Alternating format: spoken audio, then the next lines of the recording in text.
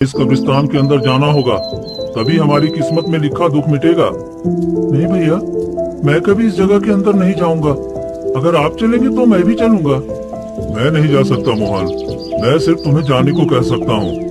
जो काम वहाँ है वो सिर्फ तुम ही कर सकते हो। क्या सच में कोई और रास्ता नहीं है भैया? अगर तू चाहता है कि मैं और तेरी भाभी जिंदा रहें, तो तुझे इस कब्रिस्तान में जाना ही होगा। फिर डरते डरते मोहन जैसे ही पैर कब्रिस्तान के अंदर डालता है, तभी पूरा दृश्य अचानक बदल जाता है। रामपुर गांव में विष्णु अपनी पत्नी मीना और छोटा भाई मोहन के साथ रहता था। फिर एक दिन दोपहर का वक्त था। घर के अंदर से चिल्लाने की आवाज आ रही थी। देखो जी, बस बहुत हो गया। अब मैं और बर्दाश्त नहीं कर सकती हूँ। मैं आपको कितनी बार कह चुकी हूँ कि अपने छोटे भाई को घर से निकाल दो। अगर आपने उसे घर से नहीं निकाला तो मैं ये घर छोड़कर चली जाऊंगी। अरे भाग्यवान, तू ये कैसी बातें कर रही है? ये घर और जमीन में उसका भी हक है। कैसे मैं उसे घर से निकाल दूं? सब क्या कहेंगे? अगर आपको उसकी इतनी फिक्र है तो आप ना मुझे छोड़ दीजिए। मैं आपके साथ नहीं रह सकती हूँ। मुझे वो बिल्कुल बर्दाश्त नहीं है। अच्छा ठीक है भाग्यवान, अगर तू कहती है तो मैं कुछ सोचता हूँ और उसे किसी न किसी तरीके से हम अपने घर से निकाल कर ही रहेंगे। इतने में मोहन वहाँ आ जाता है। भैया भैया, मैं खेत का सारा काम निपटा दिया और वो जो खाद डालना था ना, मैंने वो भी डाल दिया है। अच्छा ठीक है, तुमने सारा काम कर लिया है। देख, घर का जलावन भी खत्म हो गया है, तो जाकर जंगल से लकड़ियाँ ला दे ताकि शाम का चूल्हा जल सके। ठीक है भैया, पर मुझे भी बहुत भूख लगी है। कुछ खाने को मिल जाता तो मैं चला जाता। घर में खाना खत्म है और वैसे भी जलावन नहीं था तो खाना कैसे बनता? पहले लकड़ियाँ लेकर आओ, फिर खाना बनाऊंगी। मोहन उदास होकर चल देता है। अरे, तुमने ये झूठ क्यों बोला? घर में खाना तो पूरे 4 लोगों का पड़ा है। मैं उसे एक वक्त का खाना भी नहीं देना चाहती हूँ। आपको इतनी फिक्र हो रही है तो आप खुद ही बनाकर उसे खिला लो। मीना गुस्से में चली जाती है। मुझे कुछ न कुछ करके मोहन को घर से निकालना ही होगा, तभी मेरे घर में सुख शांति बनी रहेगी। विष्णु बाहर निकलता है। उसी वक्त 2 गांव वाले बात करते दिखाई देते हैं। अरे तूने सुना? हमारे गांव के सरहद पर जो एक कब्रिस्तान है, उसके पास से 2 व्यापारी आ रहे थे। सुना था कि 2 दिन वो उसी कब्रिस्तान में रहे और अचानक वो पागल होकर वहीं पर मर गए। ये तुम कैसी बातें कर रहे हो पंकज? भला ये कैसे हो सकता है? आखिर वो कब्रिस्तान में पागलों की तरह कैसे था और मर कैसे सकता है? तू नहीं जानता, हमारे दादाओं ने कहा है उस कब्रिस्तान में एक माँ बेटी की आत्मा रहती है और कई वर्षों से वही है। जो भी वहाँ जाता है उसके मन को वश में कर लेती है और उससे अपना मनचाहा काम करवाकर उसे मार देती है। फिर तो वो बहुत खतरनाक आत्मा है। अगर वो हमारे गांव में आ गई तो पता नहीं हमारा क्या हाल करेगी। नहीं, वो हमारे गांव में नहीं आ सकती भाई, उसकी सीमा बंधी है। वो कब्रिस्तान से बाहर नहीं निकलती। जो उसके विस्तार में कदम रखता है ना, उसी के साथ ऐसा होता है। मुझे तो ये सुनकर ही रोंगटे खड़े हो गए। चल भाई, अब ये बात बंद कर। दोनों चले जाते हैं।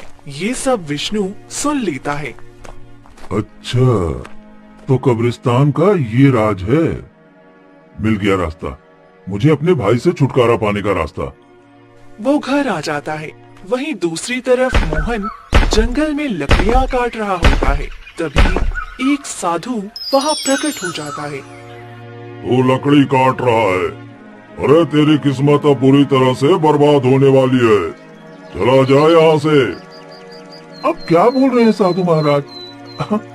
मैं ठीक हूँ और मेरे भैया भाभी भी ठीक हैं। आपको क्या हो गया है? जिस भैया भाभी का नाम जप रहा है, वही एक दिन तुझे मृत्यु के द्वार पर भेजेंगे। उन्हें त्याग दे और घर वापस कभी मत जा। नहीं, मेरे माता पिता तो बचपन में ही मर गए। भैया भाभी ही मेरे माँ बाप का प्यार दे रहे हैं। मैं उन्हें कभी नहीं छोड़ सकता हूँ। मोहन वहाँ से चला जाता है। इतना प्रेम करता है ये अपने भैया भाभी से। यही प्रेम इसके गले का फंदा बनेगा। मोहन घर लौट आता है।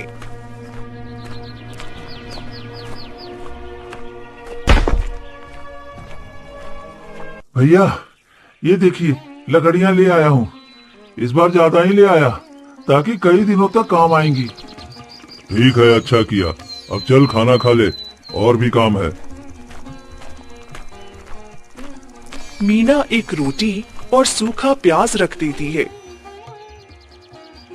भाभी सब्जी नहीं है, प्याज के साथ रोटी कैसे खा पाऊंगा?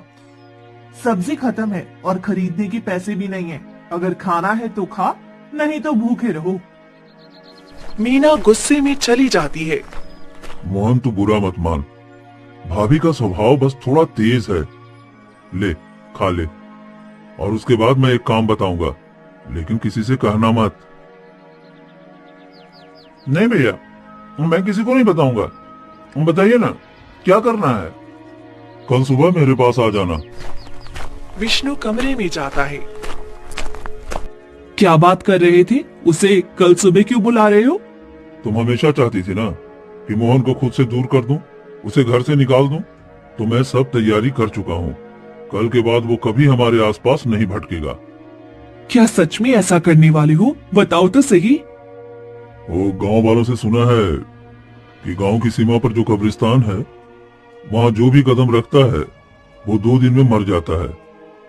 हम कल मोहन को उसी कब्रिस्तान में भेजेंगे, बस देखते जाओ। ये तो बहुत खुशी की बात है। मुझे बेसब्री से कल का इंतजार रहेगा। दोनों सो जाते हैं। उधर मोहन, हे भगवान, मेरे घर की हालत कितनी खराब है। मुझे ये सूखा खाना भी नहीं खाया जा रहा। पता नहीं भैया भाभी ने कैसे खाया होगा। मुझे और मेहनत करनी है ताकि उन्हें अच्छी जिंदगी दे सकूं। अगली सुबह होते ही मोहन उठ जाता है और विष्णु के पास जाता है कि इतने में ही जमींदार आ जाता है और जोर जोर से चिल्लाने लगता है। अरे विष्णु, अरे क्या कर रहा है? चल उठ, घर के बाहर आ। अगर तूने इस बार मेरे पैसे नहीं दिए ना, तो देखना मैं तेरी पत्नी को उठाकर ले जाऊंगा और उससे घर का सारा काम करवाऊंगा। तभी विष्णु घर से बाहर आता है। क्या हुआ जमींदार साहब, आप क्यों परेशान हो रहे हो? अरे तुम्हें याद नहीं है क्या? हाँ, तुमने पिछली बार मुझसे कर्ज लिया था और कहा था कि इस बार तुम फसल बेचकर मुझे सारा कर्ज चुका दोगे, लेकिन तुमने इस बार भी मेरा पैसा वापस नहीं दिया है। नहीं, ऐसा मत करिए, मैं आपके पैसे चुका दूंगा। बस हमें कुछ समय का मोहलत और दे दीजिए। मैं तुम्हें बस 2 दिन का और वक्त दे रहा हूँ। अगर 2 दिन के अंदर तुमने मेरे पैसे वापस नहीं किया तो देखना तुम्हारी पत्नी मेरी हवेली पर होगी। नहीं, आप ऐसा नहीं कर सकते हो। मेरी भाभी को आप नहीं ले जा सकते। मैं आपके सारे कर चुकाऊंगा, चाहे इसके लिए मुझे जो भी करना पड़े। यही सही वक्त है। अब मुझे थोड़ी प्यार से बात करनी चाहिए, तभी ये जाने के लिए उस कब्रिस्तान में तैयार होगा। ठीक है, मैं जाता हूँ, लेकिन 2 दिन के बाद फिर मैं वापस लौटूंगा। इतना कहकर जमींदार वहां से चला जाता है और विष्णु वहीं पर जमीन पर बैठकर रोने का नाटक करने लगता है। हे भगवान, मैं कैसा आदमी हूँ। मैं अपने ना भाई का ध्यान रख पा रहा हूँ, ना ही अपनी पत्नी का ध्यान रख पा रहा हूँ। मेरे जैसा नालायक पति होने और न होने से कोई फर्क ही नहीं पड़ता। हे भगवान, मुझे उठा ले भगवान, मुझे उठा ले। नहीं भैया, ये आप कैसी बातें कर रहे हैं? आपको कुछ नहीं होगा, मैं वो सारा पैसा चुका दूंगा। 2 दिन में हम वो पैसे कैसे चुकाएंगे? मुझे बचा लो मोहन, मैं जमींदार के साथ नहीं जाना चाहती हूँ। मुझे नहीं जाना है, मेरी रक्षा करो। मैं क्या करूं भैया? अगर कोई उपाय है तो बताइए, मैं वो करने के लिए तैयार हूँ। भाई, मुझे एक चीज का पता चला है। हमारे गांव की सरहद पर जो कब्रिस्तान है ना, उसी के नीचे एक कब्र होगा। उसी के नीचे ढेर सारा खजाना छुपाया गया है। हमारे राजा ने अपना खजाना सुरक्षित रखने के लिए उस कब्रिस्तान में छुपाया है। मुझे ये पता चला एक गुप्तचर से। अगर तू किसी तरह अगर तू किसी तरह से उस खजाने को ले आता है तो हमारी ये सारी मुश्किलें दूर हो जाएंगी। हम जमींदार का पैसा भी दे देंगे, हमारी पत्नी भी बच जाएगी और हमारी ये सारी गरीबी भी दूर हो जाएगी। लेकिन मैं क्या करूं, मैं चाह कर भी नहीं जा सकता। अगर मैं गया तो सभी को शक हो जाएगा और मुझे इसकी कड़ी सजा मिल जाएगी। अगर तू गया तो मैं ये बात किसी को नहीं बताऊंगा और फिर हमारी सारी परेशानियां दूर हो जाएंगी। हाँ मोहन, अब हमारी उम्मीद सिर्फ तुमसे ही है। अगर तुम नहीं गए तो पता नहीं हमारे साथ क्या होगा। तुम मेरी बेटी जैसे हो, अपनी माँ की रक्षा के लिए इतना तो कर ही सकते हो। भाभी, मैं आपको और भैया को कुछ नहीं होने दूंगा, मैं जरूर जाऊंगा। इतना कहकर मोहन वहाँ से निकल पड़ता है। तभी विष्णु और मीना जोर जोर से हंसने लगते हैं। देखा मीना मेरी चाल? मैंने ही जमींदार को धमकी देने के लिए कहा था। इसके बदले में जमींदार को पूरे 1000 रुपए दिए हैं। अब देखो मेरा काम कितना आसान हो गया। आपने इतनी बड़ी जमींदार को ये नाटक करने के लिए मना कैसे लिया? अरे तू नहीं जानती, जमींदार मेरा बहुत अच्छा दोस्त है। अरे हम दोनों बचपन के लंगोटिया यार हैं, तो ये मेरे लिए तो इतना कर ही सकता था। अब देखो ना, न चाहकर भी उस कब्रिस्तान के पास मोहन जरूर जाएगा और फिर हमेशा हमेशा के लिए हमें उससे छुटकारा मिल जाएगा। मान गए जी आपके शैतानी दिमाग को। मैंने तो सोचा था कहीं सच में आपने जमींदार से कर्ज लिया होगा, इस वजह से वो ऐसा कर रहा है। नहीं, मैं कर्ज भला क्यों लूंगा? अरे हमारे पास इतनी जमीन है, घर है, फसल होती है। अब ये सारी जमीन, ये सारा घर और जितना माँ का जेवर है ना, वो सब अब तुम्हारा है। अब तो तुम खुश हो ना? हाँ? हाँ हाँ जी, क्यों नहीं, खुश रहूंगी। भला इतना खुशी का तोहफा आपने मुझे दिया है, मैं खुश क्यों नहीं रहूंगी। दोनों जोर जोर से हंसने लगती हैं। वही मोहन चलते चलते कब्रिस्तान के द्वार पर पहुंचता है। अच्छा, तो यही कब्रिस्तान है। अब मुझे वो खजाना ढूंढना होगा। लेकिन ये कब्रिस्तान इतना सुनसान कैसे लग रहा है, जैसे कोई यहाँ बैठकर रो रहा हो, पर कोई नजर नहीं पड़ रहा है। अरे उससे मुझे क्या, मुझे तो बस खजाना लेना है। मोहन अपने पाँव कब्रिस्तान में रखता है। तभी तेज आंधी और तूफान चलने लगता है और सामने एक पेड़ के नीचे एक सफेद कपड़ों में बैठी लड़की फूट फूट कर रो रही होती है। अरे ये कब्रिस्तान में एक लड़की क्यों रो रही है? वो भी इतनी शाम को कब्रिस्तान में रो रही है। जरूर कोई बात है, मुझे जाकर पूछना चाहिए। मोहन उसके पास जाता है।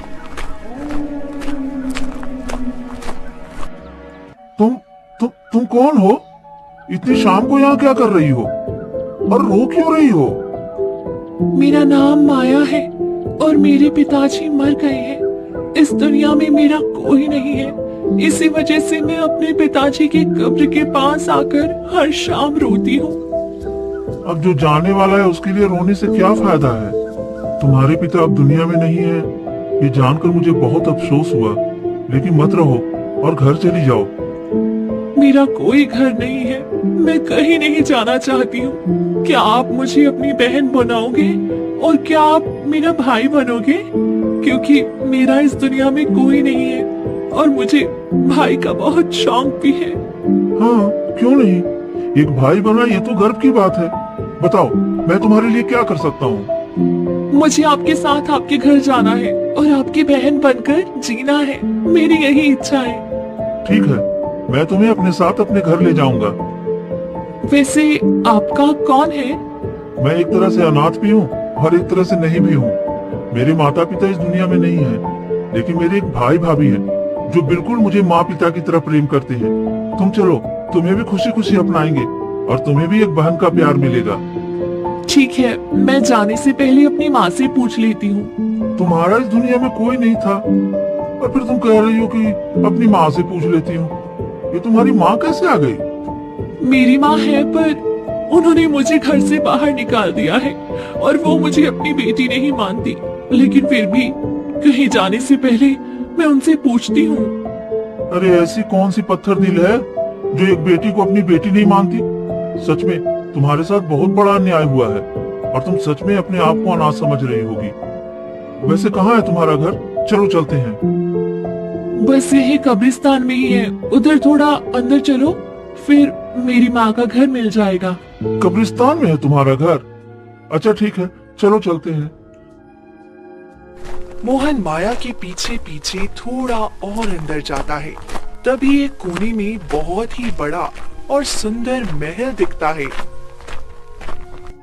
अरे इतना बड़ा और सुंदर घर, वो भी कब्रिस्तान में, और ये अपने आप को अनाथ कह रही है। भैया आप यहीं बैठो, मैं आपके लिए कुछ खाने को ले आती हूँ। आप बहुत भूखे होंगे ना?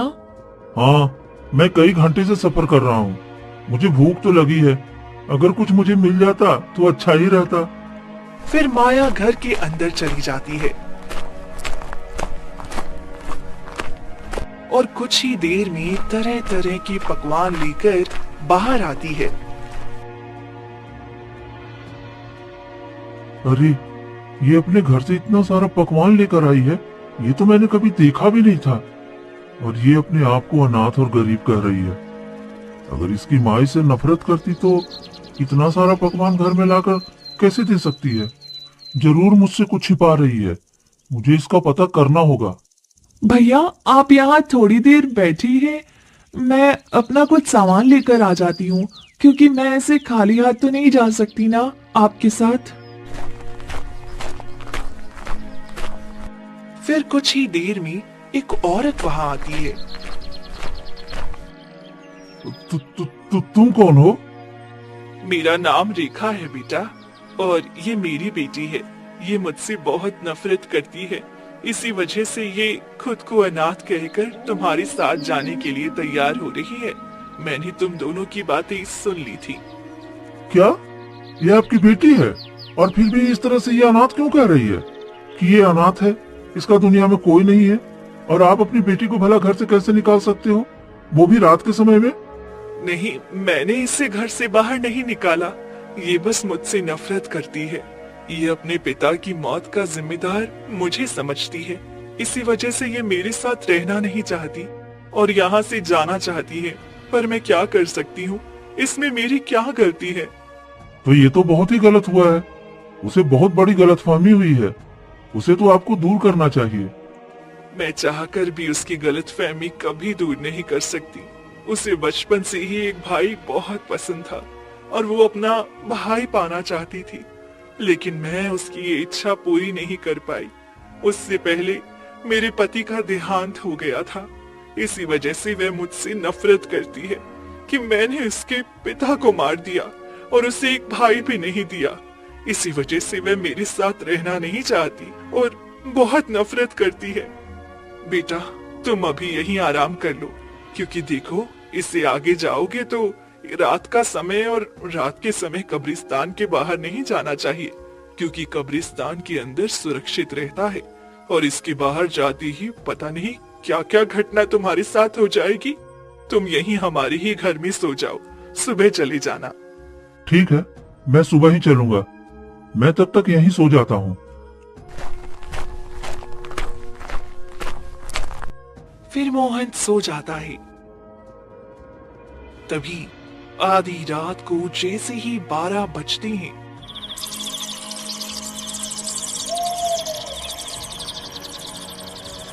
महल अचानक से गायब हो जाता है और रेखा और माया दोनों अपना भयानक रूप ले लेती हैं और जोर जोर से हंसने लगती हैं। हमारा बकरा फंस गया, अब तो हमारी इच्छा पूरी हो जाएगी बेटी। हाँ माँ, हमने जैसा सोचा था बिल्कुल वैसा ही हुआ। अब इससे हम वो काम करवाएंगे जिसके लिए हमने इसे भ्रमित किया है। अब बताओ माँ, हम क्या कर सकते हैं जिससे कि हम इस कब्रिस्तान में नहीं बल्कि पूरे गांव पर राज कर सके। गांव में भी हम जाकर अपना खौफ सबके दिलों में जगा सके। चिंता मत करो बेटी, वो दिन भी अब नजदीक है। मैंने एक अघोरी से कहते सुना था कि गांव के पंडित के पास एक ऐसी काली शक्ति का किताब है, अगर वो किताब हमें मिल जाए तो हम सर्वशक्तिशाली हो जाएंगे और फिर हम जहाँ चाहें वहाँ जा सकते हैं। तब तो ठीक है, फिर सुबह होते ही हम इसे उस पंडित के पास भेजेंगे। चलो अब हम आराम करते हैं, थोड़ी देर बाद सुबह हो जाएगी, फिर हमें इसे अपना नया रूप भी दिखाना है। हाँ बेटी, क्यों नहीं। फिर गहरे अंधेरे के बाद सुबह होती है और सूरज की पहली किरण निकलती ही फिर से वहाँ पर महल बन जाता है और मोहन की नींद खुल जाती है। माया, अब चलो चलते हैं, क्योंकि मैं जो काम करने आया था वो तो हुआ नहीं। पहले मैं तुम्हें अपने घर छोड़ाता हूँ, उसके बाद मैं अपना काम करूँगा। भैया, मैं आपके साथ जाने के लिए तैयार हूँ, लेकिन उसके लिए आपको मेरा एक छोटा सा काम करना होगा। ठीक है, ऐसा क्या काम है बताओ, मैं करने के लिए तैयार हूँ। इस गांव के पंडित के पास एक किताब है जो कि काले रंग की है। आपको वो किताब लाकर मुझे देनी होगी, फिर मैं आपके साथ चलूंगी। भला पंडित के पास ऐसा क्या किताब है, और तुम किस पंडित की बात कर रही हो? देख बेटी, तू इसे अपना भाई मानती है और इसके साथ जाने के लिए तैयार भी है, लेकिन ये तुम्हारे लिए वह किताब भी नहीं ला सकता है जिससे तुम्हारे पिता की आत्मा को शांति मिल सके। इसीलिए कहते हैं कोई अपना नहीं है इस दुनिया में। वो तो मेरे मामा हैं, वो तो पूरे गांव वालों की मदद करते हैं, और मैं उनसे वो किताब नहीं ला सकता हूँ। वो भला मुझे किताब क्यों देंगे? भैया, आप मेरे लिए इतना नहीं कर सकते हो तो फिर मेरी भाई शब्द पर से उम्मीद टूट जाएगी। ऐसे मत करो भाई। अच्छा ठीक है, तुम्हें वो किताब चाहिए तो मैं वो लेकर आता हूँ। फिर आधे मन से मोहन वहाँ से निकल पड़ता है और गांव की तरफ आ जाता है, और जैसे ही पंडित के घर पहुँचता है। अरे मोहन बेटा, तू यहाँ क्या कर रहा है? और सब बता, तेरा भाई भाभी सब कैसा है? मामा, सब तो बहुत अच्छे हैं, और मुझे आपकी बहुत याद आ रही थी, इसलिए आपके पास आ गया। आप ठीक हो? हाँ, सब ठीक है बेटा, बस इन दिनों गांव में कुछ ज्यादा ही परेशानियां चल रही है, उसी काम में लगा हूँ। मैं आपकी कोई मदद कर दूँ? हाँ, बस देख ले, मेरे अंदर जो कुछ किताबें हैं उन किताबों को ठीक करके रख दे, क्योंकि मुझे अभी जमींदार के पास जाना है और उसके बेटे का नामकरण भी करना है, तो मुझे आने में थोड़ा वक्त लग जाएगा। क्यों नहीं मामा, मैं अच्छे से कर दूंगा, आप बेफिक्र होकर जाइए। ठीक है बेटा। फिर पंडित चला जाता है। यही सही वक्त है, मुझे जल्दी से वो काली किताब ढूंढना होगा। मोहन जल्दी जल्दी सभी किताबों को छानता है, तभी उसकी नजर एक काली किताब पर जाती है। लगता है यही वो किताब है, इसका पन्ना और सब चीज सही है, यानी कि यही किताब वो लोग मांग रहे थे। अब मुझे जल्दी से किताब लेकर जाना चाहिए। मोहन किताब लेकर कब्रिस्तान की तरफ निकल जाता है, तभी पंडित वहाँ आ जाता है। ये क्या, मोहन कहीं दिखाई नहीं दे रहा है, कहाँ है? लगता है किताब ठीक करके चला गया होगा। इतना कहकर पंडित जैसे ही घर के अंदर जाता है। अरे अरे, ये क्या, ये अघोर तंत्र विद्या की किताब कहाँ है? अरे नहीं, ये नहीं हो सकता। अगर ये किताब किसी गलत हाथों में लग गया तो पता नहीं इस गांव पर क्या विपत्ति आ जाएगी। अगर मोहन ने ये किताब लिया है तो जरूर वो कब्रिस्तान में गया होगा, मुझे उसे रोकना होगा, क्योंकि वो किताब सिर्फ कब्रिस्तान में ही ले जा सकता है। वहीं दूसरी तरफ मोहन किताब लेकर तेजी से कब्रिस्तान की तरफ बढ़ रहा होता है। अब बस मुझे जल्दी से ये किताब देकर ये काम खत्म करना है। और जैसे ही मोहन कब्रिस्तान में पांव रखने वाला होता है कि तभी पंडित सामने आकर खड़ा हो जाता है। अरे रुक जा मोहन, ये तू क्या कर रहा है? मामा जी, आप यहाँ? क्या हुआ? सब ठीक तो है ना? तुम ये तंत्र विद्या का किताब लेकर कब्रिस्तान में क्यों जा रहे हो? तंत्र विद्या की किताब? ये आप क्या कह रहे हैं मामा? अरे तुम्हारे हाथों में जो किताब है ये कोई साधारण किताब नहीं है, ये तंत्र विद्या की किताब है। अगर किसी गलत हाथ में चला गया तो इस पूरे गांव और आसपास के राज्य पर बुरा असर पड़ेगा। सारी कब्रिस्तान की शैतानी ताकत जाग जाएगी। नहीं नहीं, मुझे ये सब नहीं पता था। ये तो कब्रिस्तान में माया और रेखा नाम की माँ बेटी ने मंगवाया था मुझसे। इस किताब की सारी सच्चाई भी मुझे नहीं पता है। अरे ये माया जाल था, वो गांव के सभी व्यक्तियों को फंसाती है, और अगर मैं सही वक्त पर ना आता तो वो तुम्हें भी मार देती और पूरे गांव में मौत की तांडव करती। आज बाल बाल बच गया। चल यहाँ से, ज्यादा समय यहाँ रहना तुम्हारे लिए ठीक नहीं है। तभी माया और रेखा प्रकट होती हैं। पंडित रुक जा, तू ऐसा नहीं कर सकता है। ये किताब मुझे दे दे और चला जा यहाँ से, वरना मैं तुम्हें जान से मार दूंगी। तुम दोनों तो आत्मा हो और तुमने मुझे धोखा दिया। मुझे वो तंत्र विद्या की किताब चाहिए। नहीं, मैं खुद की जान खतरे में डाल सकता हूँ, पर पूरे गांव की जान खतरे में नहीं डाल सकता हूँ। मैं तुम्हें ये तंत्र विद्या की किताब कभी नहीं दूंगा। रेखा हमला करती है। तभी पंडित एक मंत्र पढ़ने लगता है, जिससे माया और रेखा का शरीर जलने लगता है। नहीं नहीं, तुम पंडित ऐसा नहीं कर सकते हो। मैं फिर आऊंगी और ये किताब हासिल करके रहूंगी। इतना कहकर माया और रेखा वहाँ से गायब हो जाती हैं। तुम यहाँ क्यों आए हो बेटा? यहाँ कोई भी इंसान को आना मना है। मामा, आपसे क्या छुपाना? आप तो जानते हैं हमारे भाई और भाभी बड़ी मुसीबत में थे। उन्होंने कहा था इसी कब्रिस्तान में राजा ने एक धन छुपाया है। मैं वही धन लेने आया था। अरे तू कैसी बातें कर रहा है?